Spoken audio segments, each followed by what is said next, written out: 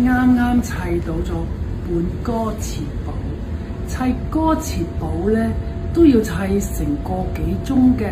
點解咧？因為嗰啲歌詞插錯咗咧，要由頭將嗰啲歌詞拎出嚟再插過，實在係好需時嘅。咁今次咧演唱會特別長，特別多。今日有嘉賓嗰啲歌喎，都未知道係邊位嘉賓啦。咁但係我心目中要請嘅嘉賓咧，都已經心裏有數嘅，咁就要擺晒落去。都未擺晒落去啊！呢本書已經咁厚啦，即係我要背嘅歌詞係咁多啊！我驚到瞓着，我點背歌詞？剩翻咁少時間，我點背晒集歌詞？